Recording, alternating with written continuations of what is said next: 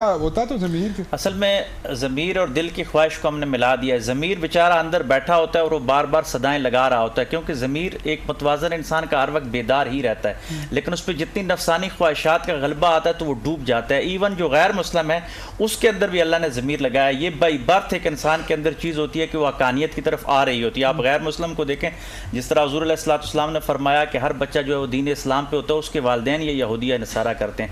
तो ज़मीर आपका जो होता है बेसिकली वो बिल्कुल ठीक होता है। आपकी कंपनी, अगर आप शराबियों के साथ बैठते हैं तो वो आपके ज़मीर को इस हद तक कायल करके लेके जाएंगे कि यार शराब पीने के ये फ़ायदे हैं। आप सूद खोरों में बैठेंगे, आपका ज़मीर तो बेचारा ठीक है लेकिन उस कंपनी ने उसको ख़राब कर दिया।